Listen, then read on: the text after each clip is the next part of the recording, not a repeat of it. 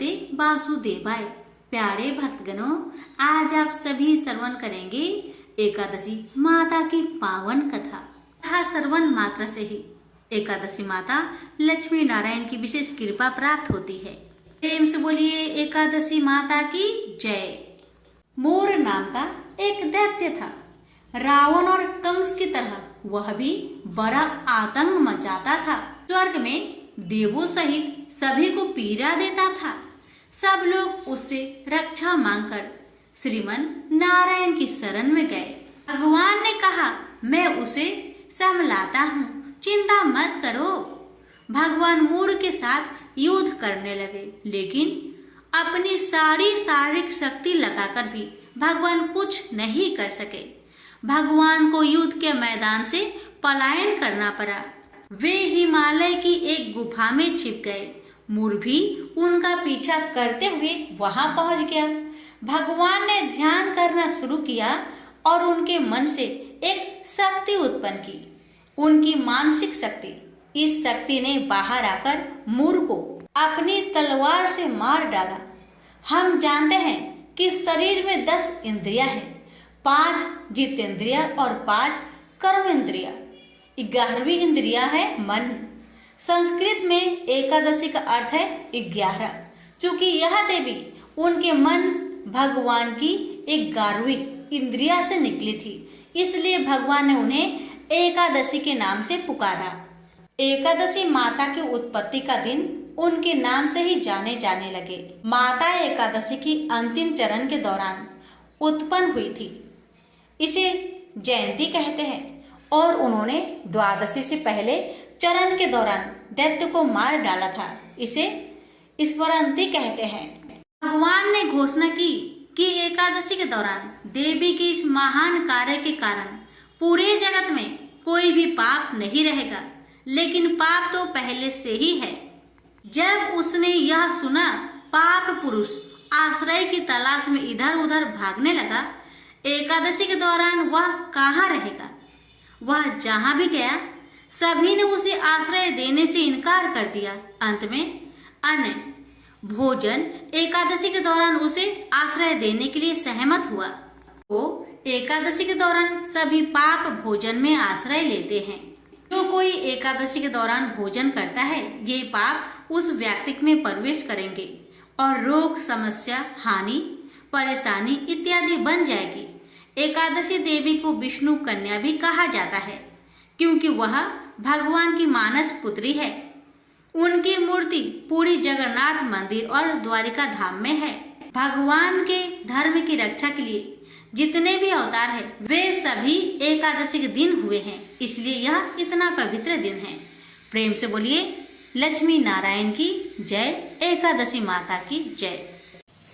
एक बार एक राज्य में एक राजा रहते थे। राजा बहुत ही बुद्धिमान और बलशाली थे। राजा सदैव अपनी प्रजा का बहुत अच्छे से ध्यान रखते थे। प्रजा भी अपने राजा को बहुत पसंद करते थे। राजा की 2 बेटियां थी। राजा अपनी दोनों बेटियों से बहुत प्रेम करता था। राजा की छोटी बेटी देखने में बहुत सुंदर और आकर्षक थी और राजा की बड़ी बेटी छोटी बेटी के मुकाबले थोड़ा कम सुंदर थी। राजा की छोटी बेटी 11 माता का पूजन किया करती थी और सभी लोग राजा की छोटी बेटी से बहुत प्रेम करते थे और बहुत प्रशंसा करते थे। राजा भी अपनी छोटी बेटी को बड़ी बेटी से अधिक प्रेम करते थे, जिस कारण राजा की बड़ी बेटी अपनी छोटी बहन से बहुत नफरत करने लगी। राजा की दोनों बेटियां जब बड़ी हो गई, तब एक पड़ोस राज्य में रहने वाला राजकुमार राजा की बड़ी बेटी के लिए रिश्ता लेकर आया। लेकिन जैसे ही उस राजकुमार की नजर राजा की छोटी बेटी पर पड़ी, तो वह राजकुमार राजा की छोटी बेटी पर आकर्षक हो गया और उससे पहले नजर में ही प्रेम कर बैठा।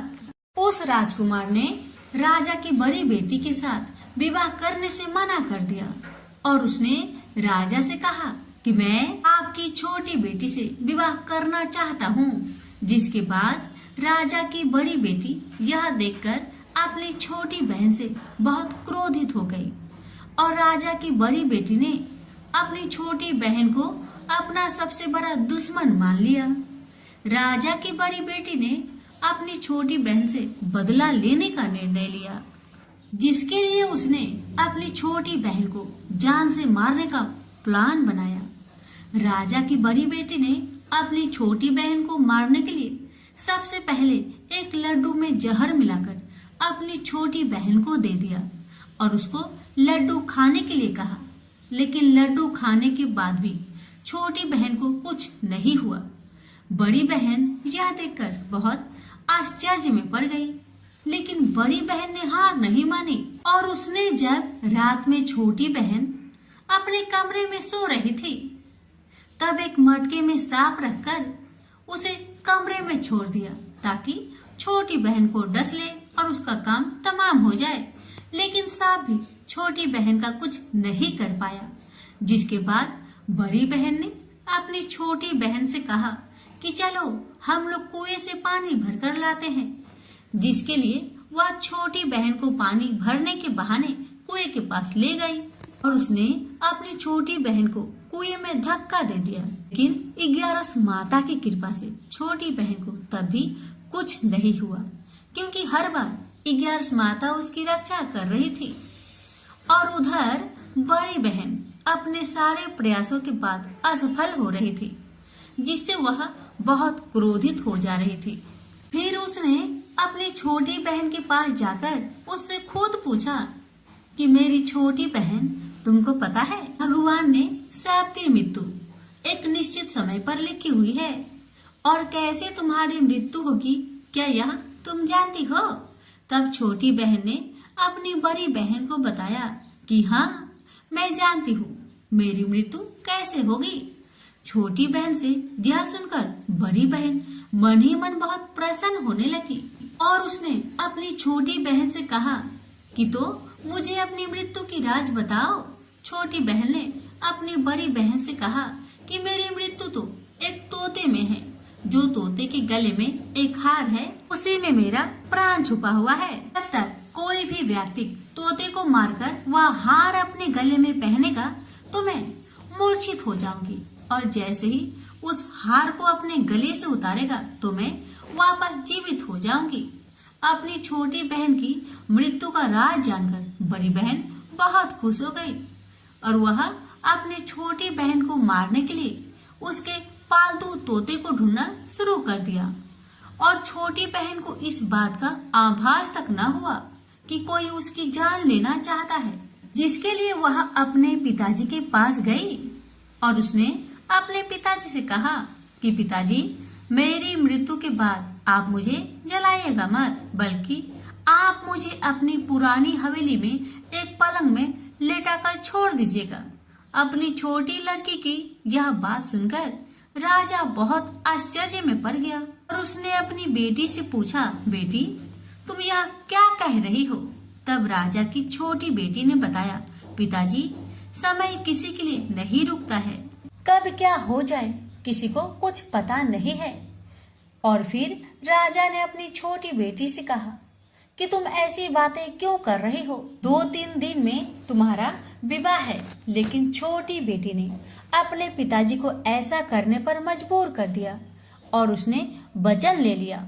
राजा ने भी अपनी छोटी बेटी की बात स्वीकार कर ली और 2-3 दिनों के बाद जब शादी का समय आया तब राजकुमार बारात लेकर राजा के घर आया और राजकुमार और राजा की छोटी बेटी का विवाह शुरू हो गया। जैसे ही राजा की छोटी बेटी राजकुमार के साथ फेरे लेना शुरू करती है तो उसकी बड़ी बहन अपनी छोटी बहन के कमरे में जाकर उसके तोते को पकड़ लेती है और उसको जान से मार देती है। तोते के गले में जो हार था उसको अपने गले में धारण कर लेती है। जैसे ही बड़ी बहन उस हार को अपने गले में धारण करती है तो उधर छोटी बहन 3.5 ही फेरे ले पाती है और वह फिर बेहोश होकर गिर जाती है। जिसके बाद राजा ने बड़े बड़े हकीमों को बुलवाया और अपनी छोटी बेटी का इलाज करने के लिए कहा। राजा की बात सुनकर वैद्य ने छोटी बेटी को जब चेक किया, राजा को बताया कि आपकी छोटी बेटी ना तो जीवित है और ना मर खड़ी हुई है। यह मैं ऐसी पहली बार देख रहा हूँ। राजा ने वैद और हकीम को ये बात बाहर बताने से मना कर दिया कि अगर तुमने यह बात किसी को बाहर बताई तो मैं तुम्हें फांसी दे दूंगा। राजा ने ऐसे दोनों को धमकाया। राजा ने अपनी छोटी बेटी को पुराने महल में जाकर एक पलंग में लेटा दिया और वहाँ पर कुछ सैनिक को तैनात कर दिया। वापस अपने महल पर आ गया। राजा की बड़ी बेटी अपनी पिताजी के पास आई और कहने लगी, पिताजी, अगर यह शादी संपन्न नहीं हुई तो आपकी इज्जत का क्या होगा? आप कहे तो मैं आपकी इज्जत बचाने के लिए राजकुमार से शादी करने के लिए तैयार हूँ।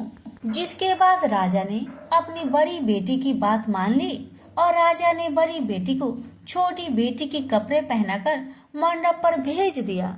लेकिन राजकुमार यह जान गया कि यह राजा की छोटी बेटी नहीं बल्कि बड़ी बेटी है। लेकिन जब राजकुमार ने शादी करने से मना किया तो सभी लोग ने राजकुमार को विवश करके राजा की बड़ी बेटी से बचे हुए फेरे संपन्न करा दिए और विवाह करवा दिया।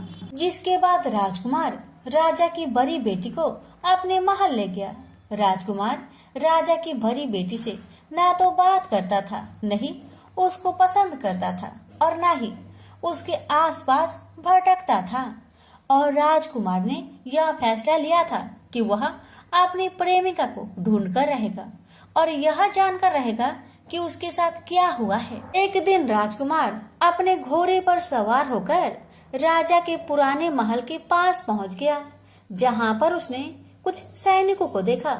महल के पास पहुंचकर राजकुमार ने जब महल को ध्यान से देखा तो वह समझ गया कि यह तो हमारे ससुर जी का महल है। तब राजकुमार ने सैनिकों से पूछा, तुम लोग यहाँ क्या कर रहे हो और इस महल के अंदर उस पलंग में कौन लेटा हुआ है? जिसके बाद सैनिकों ने बताया कि यहाँ पर राजा की छोटी बेटी लेटी हुई है। यह सुनकर राजकुमार बहुत प्रसन्न हुआ और चिंतित भी हुआ। वह तुरंत अपनी प्रेमिका के पास पहुँच गया और उसकी सेवा करने लगा। जैसे ही रात हुई तो राजा की छोटी बेटी उठकर खड़ी हो गई। राजकुमार यह देखकर बहुत खुश हुआ और उसने अपनी प्रेमिका से पूछा कि तुम यहाँ क्या कर रही हो? तुम मेरे साथ मेरे घर चलो। राजा की छोटी बेटी ने राजकुमार को सारी बातें बता दी कि मेरी जान एक तोते में बसी थी और मैंने यह सब सिर्फ अपनी बड़ी बहन को बताया था और मुझे पता है कि उसने ही मुझे मारने का प्रयास किया है। उसके पास एक हार है जिसको वह सुबह पहन लेती है और रात को उतार देती है। जब तक वह हार को पहने रहती है तब तक मैं मूर्छित रहती हूँ और जैसे ही वह हार को उतार देती है तो मैं जीवित हो जाती हूँ और जब तक मेरी बहन के पास वह हार है तब तक मैं ऐसे ही जीवित और मूर्छित होती रहूंगी। अगर मेरी बड़ी बहन के पास जो हार वह मेरे हाथ लग जाए तो मैं हमेशा के लिए जीवित हो जाऊंगी। राजकुमार यह बात सुनकर राजा की छोटी बेटी के पास रहने का निर्णय ले लिया और उसने अपने बचे हुए सारे फेरे उस पलंग में लेटी राजकुमारी की छोटी बेटी के साथ ले लिए और अपना विवाह को पूर्ण कर लिया और वहीं पर रहने लगा। देखते ही देखते कुछ समय में राजा की छोटी बेटी और राजकुमार की पत्नी पेट से हो गई। एक दिन राजकुमार को किसी काम से बाहर जाना पड़ा। तब छोटी बहन के पेट में बहुत तेज दर्द होने लगा, जिसके बाद उसने 11 माता का ध्यान किया। जिसके बाद वहां पर 11 माता प्रकट हुई और उन्होंने अपने भक्तों के दर्द को दूर किया और एक पुत्र की प्राप्ति करवाई। और वहीं पर अचानक से राजकुमार भी आ गया। राजकुमार ने 11 माता को देखा तो वह आश्चर्य हो गया और उसने तुरंत माता को प्रणाम किया और 11 माता ने राजकुमार से कहा, जब तुम्हारा बेटा 5 वर्ष का हो जाए तो तुम अपनी पत्नी के हार आकर इसके गले में डाल देना। और देखते देखते राजकुमार और राजा की छोटी बेटी का पुत्र 5 वर्ष का हो जाता है। तो राजकुमार अपने बेटे से कहता है कि बेटा, मैं कुछ काम से बाहर जा रहा हूँ, तुम अपनी माता का ध्यान रखना और वह वहाँ से चला जाता है। राजकुमार को बाहर निकलता देख बड़ी बहन के सैनिक देख लेते हैं और वह बड़ी बहन को जाकर सारी बातें बता देते हैं। जिसके बाद बड़ी बहन अपनी छोटी बहन के पुत्र को वहां से उठवा लेती है और उसको मरवा देती है। छोटी बेटी के पुत्र के 2 टुकड़े करवा देती है। पहला टुकड़ा चक्की के पास छुपा देती है और दूसरा टुकड़ा अपनी पलंग के नीचे रख देती है। 11 माता बड़ी बहन की सारी करतूत अपनी आंखों से देख रही थी। उनसे रहा नहीं गया। वह एक भिखारी का रूप लेकर बड़ी बहन के पास चली आती है। जिसके बाद वहाँ पर भिक्षा मांगने लगती है। बड़ी बहन अपने नौकरों से कहती है कि जाकर भिक्षा दे दो, लेकिन जैसे ही नौकर 11 माता को भिक्षा देने के लिए आते हैं तो माता उन्हें मना कर देती है और कहती है कि मैं तुम्हारे महारानी से ही भिक्षा लूंगी, जाओ जाकर कह दो। इसके बाद बड़ी बहन स्वयं ही भिक्षा देने के लिए माता के पास आती है। तब माता एक बिल्ली का रूप लेकर उसके कमरे में चली जाती है और वहाँ पर छोटी बेटे के पुत्र के टुकड़े को जोड़ देती है और उसे जीवित कर देती है। उसे वहाँ से ले जाती है। राजकुमार अपने बेटे को लेकर अपनी पत्नी के पास जाता है और उसे कहता है कि तुम इसका ध्यान रखना। अगर तुम इस बच्चे का अच्छे से ध्यान रखोगी तो मैं तुमसे बात करूंगा। एक दिन राजकुमार बच्चे से कहता है कि तुम मम्मी से उनके गले का हार मांग लो। जिसके बाद राजकुमार का लड़का अपनी मम्मी के पास जाता है और कहता है कि मम्मी मुझे तुम्हारा हार चाहिए जो तुमने गले में पहन रखा है। यह सुनकर पहले तो बड़ी बहन बहुत क्रोधित होती है, पर उसको यह याद आता है कि राजकुमार ने कहा था कि अगर मैं इस बच्चे का ध्यान रखूं तो वह मुझसे बात करेंगे। इसके कारण वह हार को उस बच्चे को दे देती है और वह तुरंत हार ले जाकर अपने पिताजी को दे देता है और तभी राजकुमार अपने बेटे को लेकर वहां से जाने लगता है और अपनी पत्नी से कहता है कि तुम हमारे लिए खाना बनाकर रखना, मैं शाम को आकर तुम्हारे साथ खाऊंगा। और वह अपने बेटे को लेकर वहां से चला जाता है। जिसके बाद वह राजा के पास जाता है और उनको सारी बातें बता देता है। राजा अपनी बड़ी बेटी की यह करतूत सुनकर बहुत क्रोधित होते हैं और अपनी परवरिश पर ही दोष देने लगते हैं और राजकुमार को अपनी छोटी बेटी के साथ रहने के लिए आदेश देते हैं। 11 माता की कृपा से राजा की छोटी बेटी राजकुमार के साथ सुखी जीवन व्यतीत करने लगी और हर 11 को 11 माता का व्रत करने लगे। प्रेम से बोलिए 11 माता की जय।